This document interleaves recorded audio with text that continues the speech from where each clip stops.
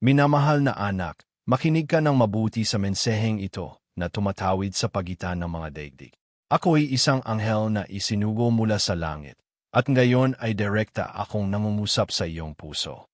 Wala ni isa mang bagay ang nagkataon lamang, hindi ang salitang ito na iyong naririnig ngayon, o ang oras ng iyong pakikinig. Ang lahat ay isinulat sa walang hanggang pag-ibig. May mga palatandaan ang langit, at ngayon ay sisimulan mong makilala ang mga ito ng malinaw. Hindi ito aksidente, kundi tadhana.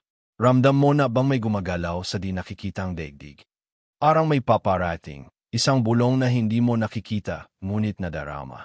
Kapag nais ng langit na mangusap sa iyo, nagpapadala ito ng mga simpleng senyales. Madalas mong iniisip na ito'y pagkakataon lamang, ngunit iyon ay Diyos na umaayon ng mga landas.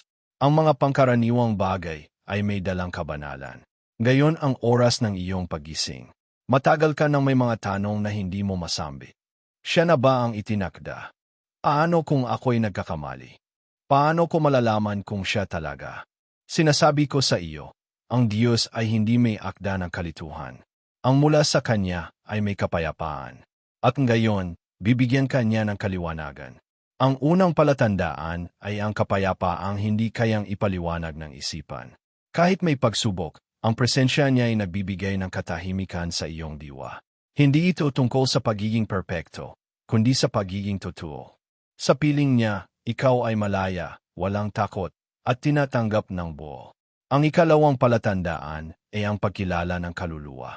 Tinitingnan mo siya at may boses sa loob mong nagsasabing, kilala ko siya. Hindi ito imahinasyon, o ay alaala ng espiritu. May usapan ang inyong mga puso na hindi kayang ipaliwanag ng salita. Para kayong nagkakilala bago pa man ang panahon. Ang ikatlong palatandaan ay ang pagbabagong hatid niya sa iyo.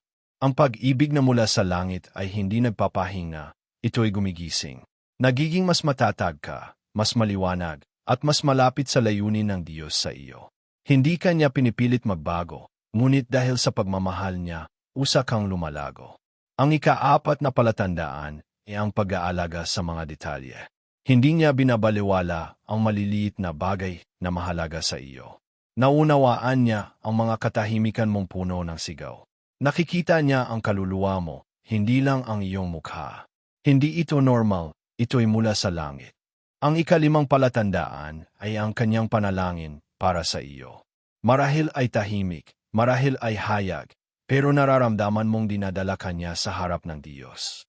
Hindi lamang katawan ang nais niya, kundi pati kaluluwa mo, ang tawag mo, at ang espiritual mong landas. Iginagalang kanya, kahit wala ka. Ang ika-6 na palatandaan ay ang pananatili. Nang ang iba ay lumisan, siya'y nanatili. Kahit sa gitna ng unos, hindi siya tumalikod. Naiintindihan niya na ang tunay na pag-ibig ay desisyon, hindi emosyon lamang. Hindi siya matigas ang ulo, siya ay tapat. Ang tadhana ay hindi umaatras sa laban. Ang ika-7 palatandaan ay ang gaan ng loob kapag kasama siya. Kahit may pagsubok, ang presensya niya ay hindi mabigat. Hindi mo kailangang magpanggap o magpaliwanag. Sapat na ang pagiging ikaw. Hindi siya humihingi, siya'y umaayon. Sa kanyang piling, ikaw ay namumulaklak. Ang ika-8 palatandaan ay ang pagkakahanay ng layunin. Hindi lang damdamin ang batayan ninyo, kundi misyon na magkatulad. Ang pangarap mo'y sumasalamin sa direksyong tinatahak niya. Hindi kanya inililihis mula sa tawag ng Diyos. Tinutulungan kanyang abutin ito. Ang ika-9 na palatandaan ay ang patutuo ng langit. Tuwing ipinapanalangin mo siya, isang matamis na kapayapaan ang bumabalot sa iyong puso. Hindi ka iniiwang mag-isa ng Diyos. Inulit-ulit niya ang sagot, kahit sa katahimikan. Minsan sa isang awit o talata, kinukumpirma niya ang iyong nararamdaman. Ang ika-10 palatandaan ay ang walang kondisyong pagmamahal. Minamahal ka niya sa iyong mga tagumpay at sa oras ng iyong panghihina. Hindi pa bago-bago ang kanyang damdamin, ito'y matatag. Hindi ito basta damdamin, ito'y pananagutan. Inilika niya, araw-araw, tulad ng pag-ibig ni Kristo. Anak, ang langit ay kumikilos para sa iyo.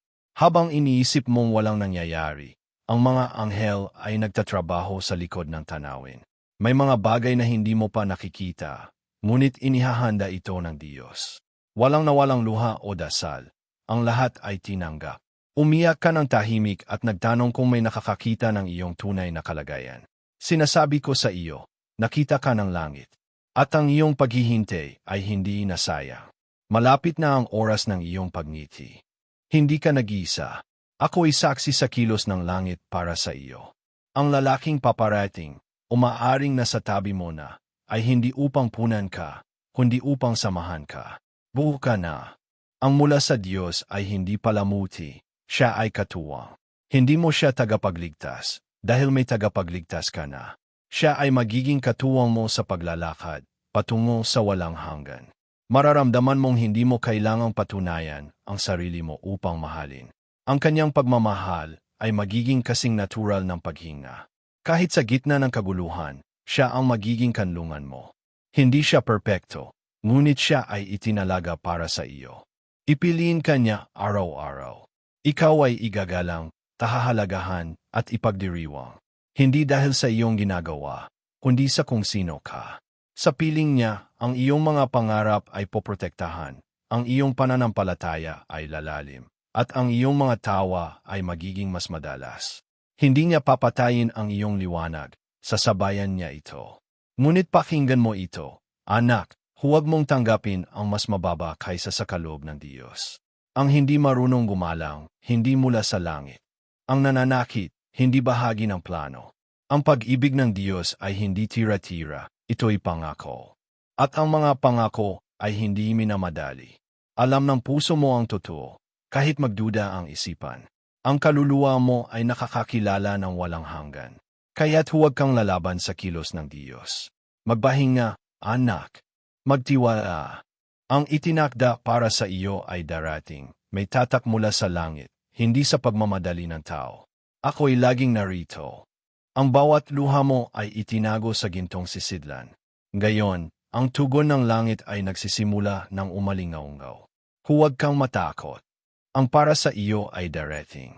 At pagdating niya, malalaman mo. Sapagkat ang langit ay kailanman hindi nagkakamali.